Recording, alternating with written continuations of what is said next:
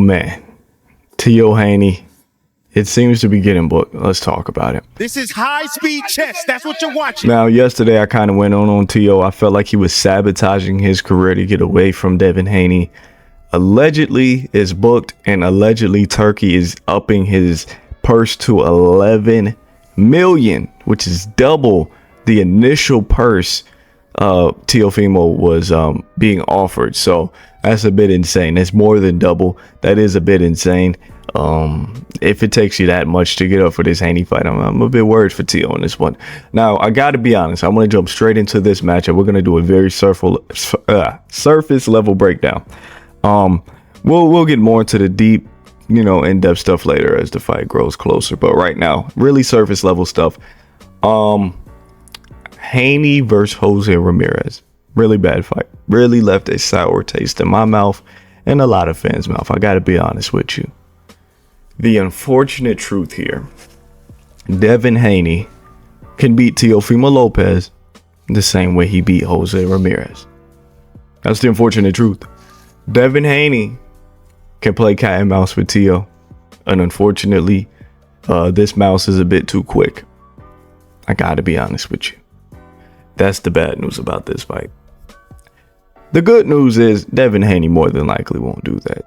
Teofimo Lopez is not as great of a pressure fighter as Jose Ramirez, nor does he have the power of Jose Ramirez. I don't think Tio has one stoppage at 140, which was a 10-round fight. He has no stoppages in any 12-round fight. So we don't have to worry about that. That is my personal opinion. I think this is going to be a center of the ring bout. I think there's going to be a lot of great exchanges in this fight. This is the best fight I think you could possibly make in these divisions. It's going to be electrifying, right?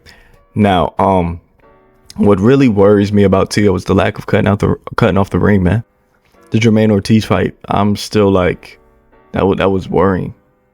That was worrying. If that was Tio, if that was Shakur in that ring that night, he would have lost 10-2, 9-3. It wouldn't have been close. I'm sorry. So, but let's say Tio has developed. He has grown as a fighter, right? He's really young. He's really impressionable. So maybe he has grown as a fighter. I'm sorry, I just got a Discord notification. But let's say he has grown as a fighter. I think I don't think it'll matter too much. Devin Haney has never been a heavy back foot fighter. Devin Haney has never minded applying the pressure to a fighter.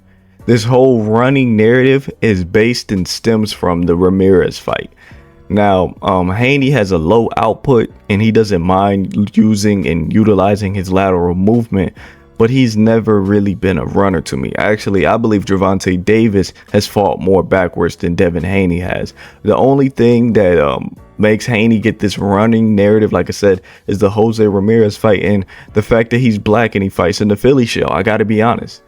He doesn't get knockouts and he's black. So if you're black and you don't get knockouts and you fight in the Philly shell, you become a runner. Now, in the Jose Ramirez fight, that's a whole different story. I believe he was running. But when people are saying in the Regis fight, the Rind fight, the Loma fight, the Linares fight, the Kambosos fight, that was center of the ring action. I think Haney's going to revert or maybe even regress back to that form. I say regress very hesitantly because I don't know if that is a regression. That might be better for him in this fight. I don't know yet. I still want to look at some film. I don't want to be talking out the side of my neck. I still want to kind of digest this matchup actually being made now. It's going to be, like I said, August 16th, Saudi Arabia. I don't know if they're going to main event. Maybe they will. They definitely could. They definitely could main event. I would like to see them as a co-main. I don't know. There's not many fights you can make that could main event over that. I'm going to be honest with you. I'm still really crossing my fingers for AJ versus Fury. Don't think we're getting that. So it seems dope. Like I said, this is the best fight to make in these divisions right now.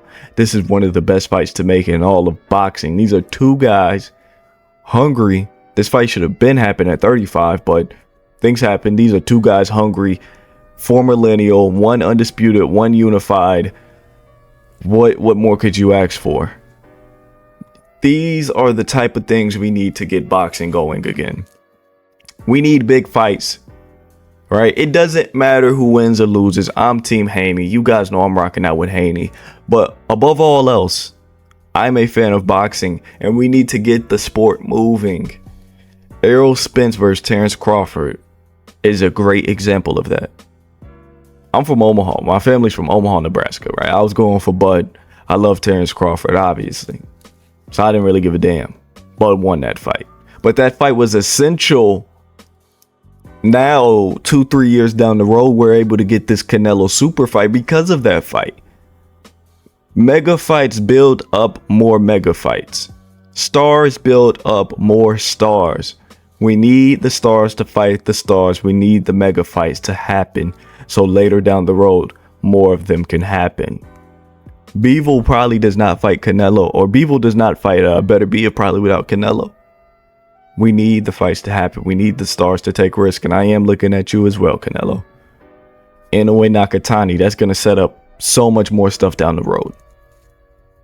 The big fights must happen. We cannot be protecting names. We cannot be protecting legacy out here. So, like I said, with Spence and Bud, that fight has just been a trickle down butterfly effect of absolute just great matches being made. That has brought so many eyes to 47 and 54 and even 140, I'd say.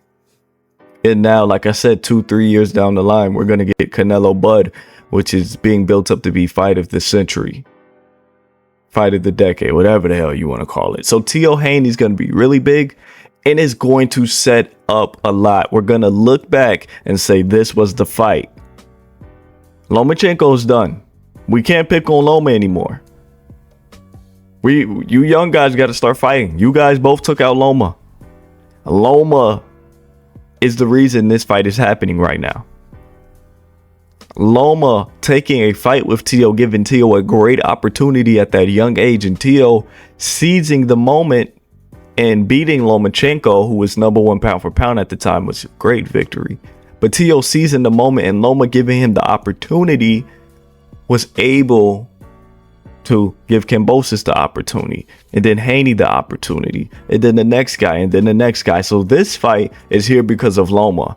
And we're going to look 3-4 years from now, and we're going to look at, I don't know, Keyshawn versus Richardson Hitchens. I don't know where they're going to be at. But we're going to say that fight is happening now because Hitchison beat Haney and Haney beat T.O. This is great. This is great. I don't want to see anybody complain. And I know I'm making my own fan fiction up in my head, my own headcanon. But I love boxing. And I'm really excited for this. Like I said, I'm rocking out with Team Haney. Let's go, Dev. Let's get this one back. Let's get back in that win column. Let's go, Dev. But regardless, it's a great fight for boxing. I don't care. I don't care. It's a great fight for boxing. Whoever wins is young. They're going to be in the game for a while. And I know whoever wins is going to pass it on to the next man. You don't take these fights and then protect your legacy. I know whoever wins, T.O. or Haney, they're going to take this fight and they're going to give the next guy an opportunity. That's all boxing is about. Giving the next man the next opportunity to be great. Does that mean they're going to beat T.O. or Haney, whoever comes out as the victor? No, but you're giving them the chance to make a name. And that's the issue with the UFC right now. Tom Aspinall, John Jones. Jones isn't giving Aspinall a chance. I don't know if John can beat Aspinall. I think Aspinall is going to dominate him. But the fact of the matter is, he hasn't given Aspinall the chance to be great. And it's ruining the company. The heavyweight division's been stale. Oh boy. Gane versus Ngannou was when? 2022? 2022? That's a whole nother rant for a whole nother day. Whole nother rant for a whole nother day.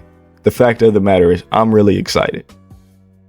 I'm really excited. I was really excited to get that news last night. You guys got to let me know how y'all feel about this one. Not a really deep, in-depth video, like I said, but just a quick overview. I am really excited. Like I said, you guys let me know how y'all feel down below, though.